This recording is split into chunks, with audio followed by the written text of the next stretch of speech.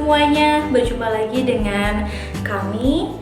Nah, pada video kali ini kami akan membahas mengenai deteksi dini pertumbuhan fisik bayi dan anak. Tentunya saya tidak sendirian, saya akan ditemani oleh teman-teman saya. Saya Cisus Riani dengan NIM 1702456 bersama rekan saya. Halo teman-teman, saya Latifah, NIM 1705834. Saya Firdanita Pristiana dengan NIM 1703645 dari kelas 7A PGPAUD. Nah, sahabat pendidik semuanya, pada video kali ini saya akan membahas 4 poin pembahasan, di mana poin yang pertama yaitu mengenai pengertian deteksi dini pertumbuhan fisik bayi dan anak. Poin kedua yaitu mengenai tujuan dari deteksi dini pertumbuhan fisik bayi dan anak. Poin ketiga yaitu hal apa saja sih yang perlu diperhatikan saat melaksanakan deteksi dini pertumbuhan fisik bayi dan anak. Nah, poin yang terakhir yaitu bagaimana caranya untuk mendeteksi dini pertumbuhan fisik bayi dan anak. Baiklah teman-teman semuanya, sebelum kita menjauh mengenai hal bagaimana cara mendeteksi dini, alangkah baiknya kita mengetahui dulu apa itu deteksi dini pertumbuhan fisik bayi dan anak. Jadi, menurut Mulyadi dan teman-teman dalam bukunya mengungkapkan bahwa deteksi dini merupakan kegiatan pemeriksaan, pemantauan pertumbuhan dan perkembangan anak. Nah, dalam 3 hal tersebut dilakukan agar mengetahui apakah anak berkembang dengan optimal atau tidak. Jadi, menurut Mulyadi ada 3 poin penting yang menjadi hal penting untuk mengetahui optimal atau tidaknya pertumbuhan. Nah, poin yang pertama yaitu ada pemeriksaan. Pemeriksaan di sini merupakan sebuah proses dari seorang ahli medis memeriksa tubuh pasien untuk menemukan tanda klinis penyakit. Nah, setelah diperiksa oleh tim ahli atau tim medis, berikutnya dilakukanlah pemantauan pertumbuhan. Nah, pemantauan pertumbuhan ini dapat dilihat dengan 2 buku yang sering kita kenal. Apa sih bukunya? Nah, bukunya itu yang pertama ada Kartu Menuju Ibu Sehat atau yang sering kita kenal dengan KMS, serta ada Buku Kesehatan Ibu dan Anak atau yang sering kita kenal dengan kata buku KIA. Nah, buku ini dapat membantu memantau perkembangan atau pertumbuhan pada ibu dan anak. Berikutnya ada kata perkembangan anak. Menurut Ikatan Dokter Anak Indonesia, perkembangan anak adalah bertambahnya kemampuan dan struktur fungsi tubuh yang lebih kompleks dalam pola yang teratur, dapat diperkirakan dan diramalkan sebagai hasil dari proses diferensiasi sel, jaringan tubuh, organ-organ, dan sistem yang terorganisasi.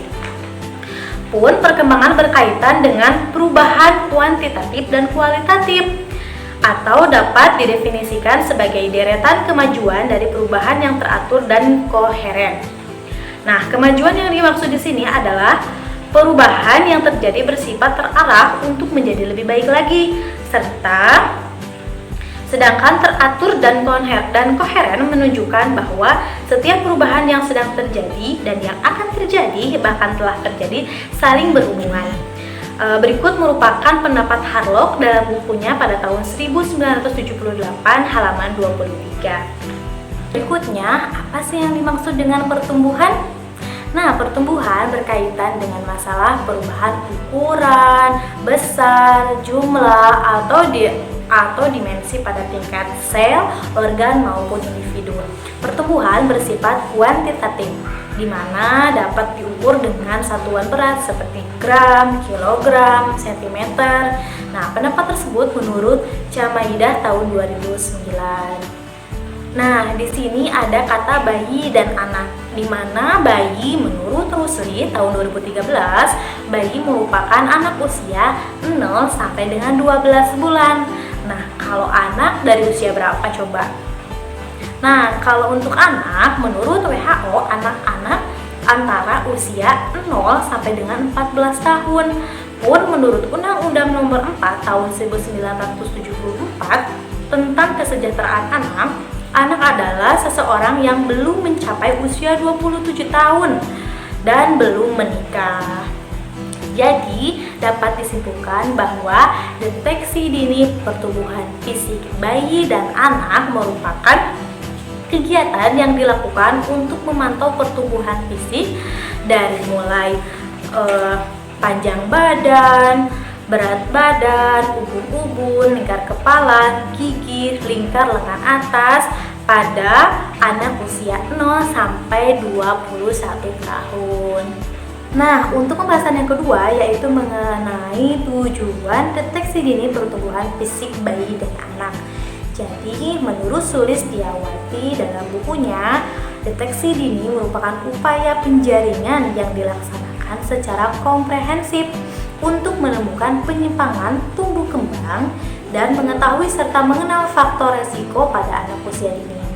Jadi, dapat saya simpulkan bahwasanya tujuan diadakannya deteksi dini pertumbuhan fisik bayi dan anak yaitu untuk memberikan salah satu bentuk pelayanan kesehatan yang bertujuan untuk mendeteksi dini siswa yang memiliki masalah kesehatan agar segera mendapatkan penanganan sedini mungkin dengan atau dilaksanakan secara komprehensif atau dengan lengkap seperti itu untuk menemukan penyimpangan tumbuh kembang dan mengetahui serta mengenal faktor resiko untuk anak usia dini. Baik, bismillahirrahmanirrahim. Saya akan memaparkan mengenai macam-macam penilaian pertumbuhan fisik bayi dan anak. Di sini saya mengutip dua pendapat ahli, yaitu pendapat Suyetno dan pendapat Narendra pada tahun 2003. Mereka berpendapat bahwa ada 3 macam penilaian pertumbuhan fisik bayi dan anak. Yang pertama, pengukuran berat badan. Pengukuran berat badan ini tentunya teratur dilakukan teman-teman setiap bulannya. Lalu hasilnya ini akan dicatat dalam KMS atau Kartu Menuju Sehat. Nah, tujuannya apa sih? Tujuannya agar para orang tua dapat memantau pertumbuhan dan keadaan gizi anaknya yang dapat dilihat dari grafik KMS tersebut. Maka orang tua juga akan bisa melakukan intervensi sejak dini jika memang terjadi penyimpangan dari pertumbuhan sang anak. Yang kedua, ada pengukuran tinggi badan. Pengukuran tinggi badan ini dilakukan dengan 2 cara, yaitu dengan cara berbaring untuk anak di bawah kurang 2 tahun dan cara berdiri untuk anak yang lebih dari 2 tahun usianya. Nah, hal ini juga dilakukan untuk apa sih? Hal ini juga dilakukan agar tercatat di KMS dan dapat lihat nih grafik pertumbuhan tinggi badan sang anak. Lalu yang ketiga ada PLKA. Apa sih PLKA? PLKA itu adalah pengukuran lingkar kepala anak.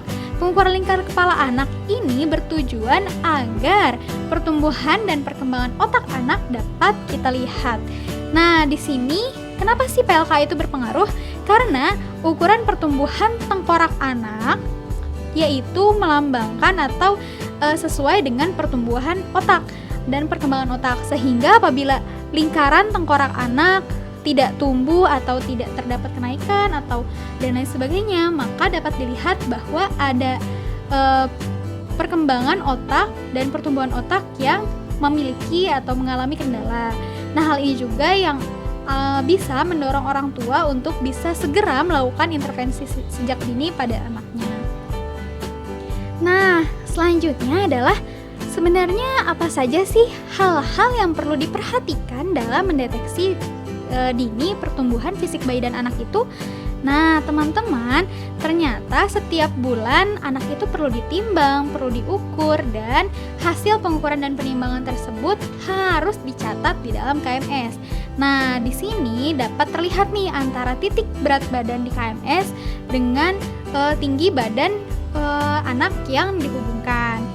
Nah, di KMS ini terdapat 4 pita teman-teman, 4 pita warna, yaitu warna merah yang melambangkan pertumbuhan yang kurang baik atau memiliki hambatan, yang hijau dan hijau tua, serta warna kuning. Yang kuning ini melambangkan bahwa pertumbuhan anak sehat atau memang sesuai dengan berkembang sangat baik, seperti itu. Nah, rangkaian garis-garis pertumbuhan anak ini yang dapat membentuk grafik dari KMS tersebut. Nah, yang pertama di grafik KMS itu terdapat 4 kategori atau 4 penilaian yang dapat kita lihat. Yang pertama, anak naik berat badannya. Nah, garis pertumbuhan anak naik berat badannya ini akan mengikuti salah satu pita warna, Yang kedua, anak tidak naik berat badannya, maka garis pertumbuhan akan turun atau garis pertumbuhan mendatar. Bahkan ada juga nih garis pertumbuhan yang di bawah grafik. Nah, yang ketiga adalah berat badan di garis warna merah. Nah, hal ini juga akan mempertandakan bahwa anak mengalami gangguan atau anak justru malah sangat butuh perhatian khusus karena pertumbuhan dan perkembangan ini mengalami hambatan. Yang selanjutnya adalah berat badan anak bahkan 3 bulan berturut-turut itu tidak naik, teman-teman. Nah, tentunya hal ini yang sudah sangat patut untuk diwaspadai para orang tua untuk melakukan intervensi sejak dini atau penanganan bahwa pertumbuhan dan perkembangan anak tidak seharusnya atau mengalami hambatan. Maka dari itu mendeteksi dini sejak awal pada anak usia dini sudah sangat perlu dilakukan agar intervensi yang diberikan orang tua tepat dan cepat.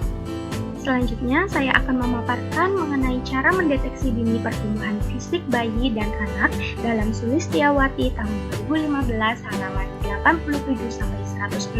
Pada pembahasan ini kita akan membahas 4 poin. Yang pertama ada pengukuran berat badan, yang kedua ada pengukuran panjang badan atau tinggi badan, yang ketiga ada penggunaan tabel berat badan terhadap tinggi badan. Dari tabel ini kita akan melihat status gizi anak, apakah anak termasuk pada kategori gemuk, normal, kurus, ataupun sangat kurus. Dan yang keempat ada pengukuran lingkar kepala anak.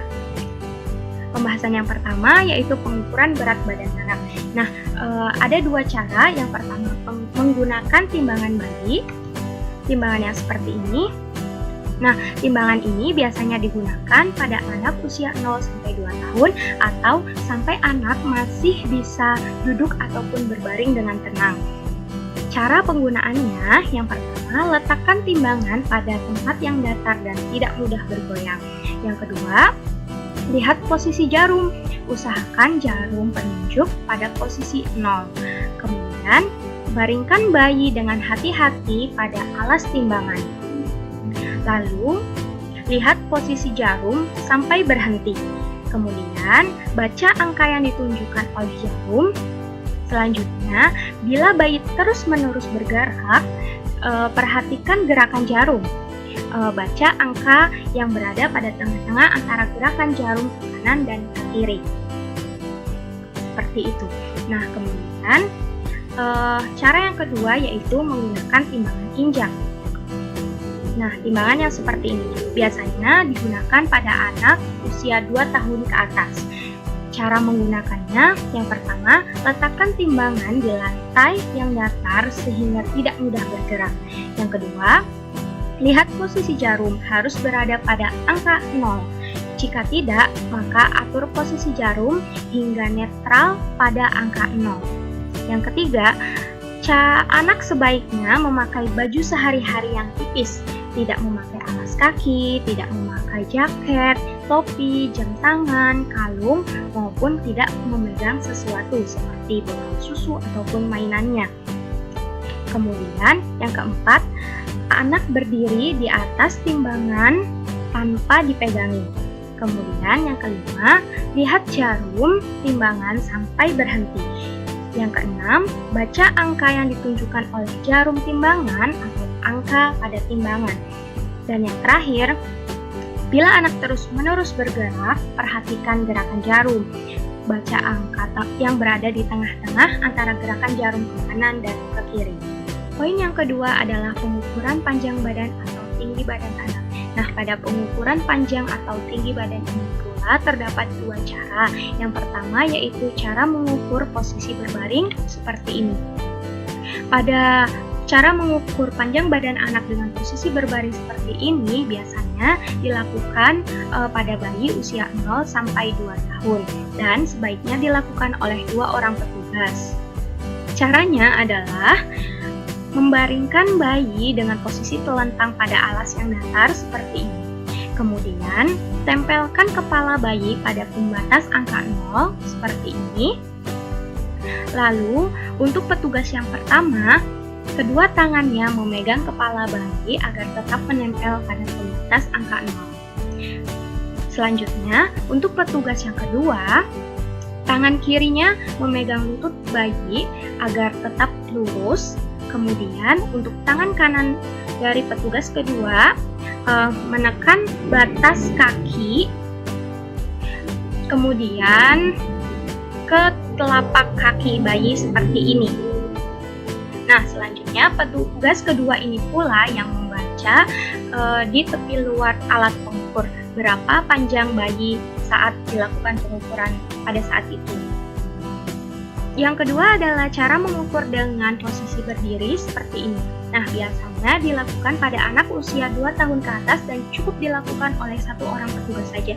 Nah, cara yang dapat dilakukan untuk mengukur tinggi badan anak dengan posisi berdiri adalah yang pertama, usahakan anak tidak memakai alas kaki seperti sendal ataupun sepatu.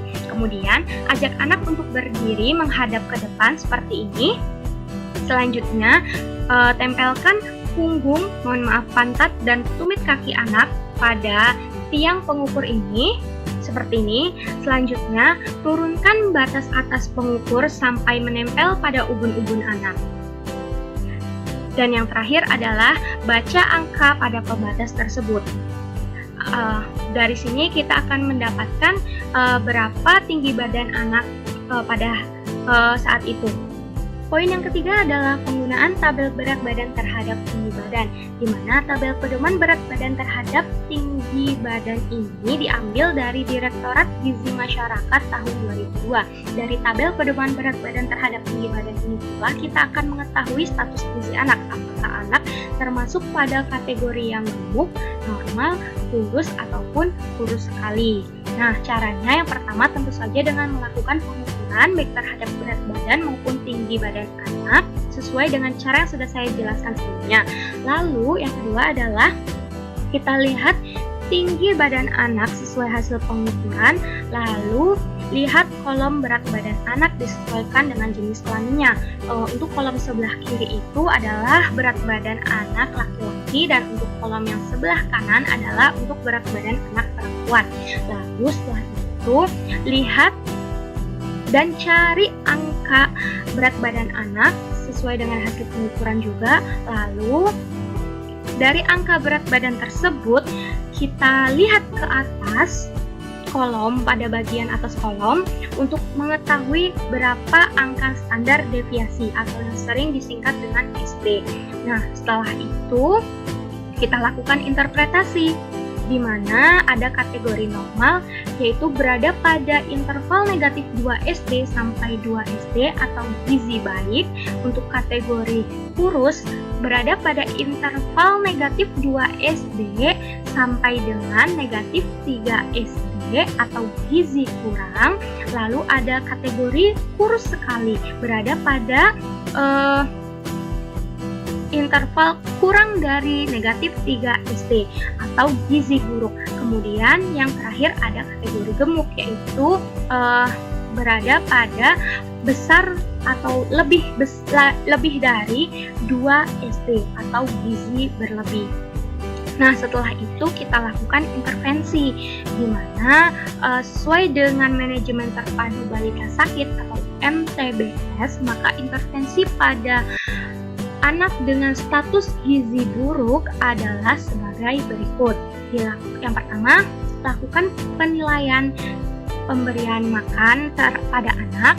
Kemudian, bila ada masalah pemberian makan anak, lakukan konseling gizi baik di puskesmas maupun di klinik gizi, dan kunjungan diulang selama 5 hari. Lalu, bila tidak ada masalah pemberian makan, nasihati sesuai anjuran makan untuk anak sehat maupun untuk anak sakit, dan kunjungan diulang pada waktu 14 hari. Lalu yang terakhir adalah nasihati kapan untuk segera kembalinya. Nah, untuk lebih jelasnya kita lihat pada contoh kasusnya. Nah, di sini ada seorang anak laki-laki dengan panjang tubuh 73 cm. Nah, kita lihat di sini ada tanda merah ini berada pada kolom tinggi badan 73 cm, lalu berat badannya itu 8 kg. Karena ini anak laki-laki, kita tarik garisnya ke arah kiri, kemudian kita cari angka yang berada pada 8 kilo, yaitu pada kolom 7,5 sampai 12,1 kilo. Nah, lalu kita lihat angka standar deviasinya. Nah, di sini anak itu berada pada angka standar deviasi di interval negatif 2 SD sampai dengan 2 SD. Nah, di mana hasil interpretasinya itu, yaitu anak ini termasuk pada kategori yang normal atau gizi baik. Nah, untuk anak gizi baik ini tentu saja intervensinya menjaga pola makan serta asupan nutrisi anak agar tetap berada pada kondisi gizi yang baik. Nah, untuk gizi yang buruk, baik itu gizi kurang maupun gizi buruk atau gizi berlebih, tentu saja perlu dilakukan intervensi dengan melakukan konseling kepada puskesmas maupun kepada klinik gizi, di mana di sana akan terdapat seorang ahli yang akan membimbing orang tua bagaimana pemberian nutrisi ataupun pemberian makan pada anak dengan penyimpangan kondisi gizi tersebut. Poin yang keempat dan terakhir adalah pengukuran lingkar kepala anak, di mana jadwal pelaksanaannya disesuaikan dengan umur anak itu sendiri. Nah, untuk umur 0 sampai 11 bulan dilakukan setiap 3 bulan sekali. Untuk anak dengan usia yang lebih besar antara umur 12 sampai 72 bulan dilakukan setiap 6 bulan sekali, dan untuk anak di atas usia 72 bulan maka dilakukan setiap 1 tahun sekali. Pengukuran dan penilaian lingkar kepala anak ini dilakukan oleh tenaga kesehatan terlatih dengan cara alat ukur dilingkarkan pada kepala anak melewati dahi, menutupi alis mata, di atas kedua telinga, dan bagian belakang kepala yang menonjol. Kemudian tarik agak kencang. Lalu selanjutnya adalah membaca angka pada pertemuan angka 0 yang ini. Selanjutnya adalah hasil pengukuran dicatat pada grafik lingkar kepala menurut umur serta jenis kelamin anak. Seperti ini grafiknya. Nah, kemudian buat garis yang menghubungkan antara ukuran yang lalu dengan ukuran yang sekarang. Nah, setelah itu dilakukan interpretasi, di mana apabila ukuran lingkar kepala anak berada pada jalur hijau atau berada pada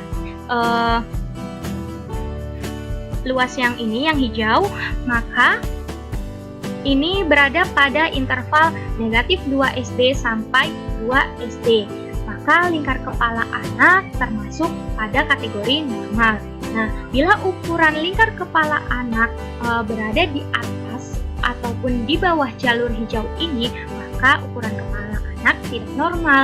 Nah, untuk lingkar kepala yang tidak normal itu ada 2 jenis. Yang pertama adalah makrosefal, di mana lingkar kepala anak berada pada di atas jalur hijau, dan yang kedua adalah mikrosefal, di mana lingkar kepala anak berada di bawah jalur hijau.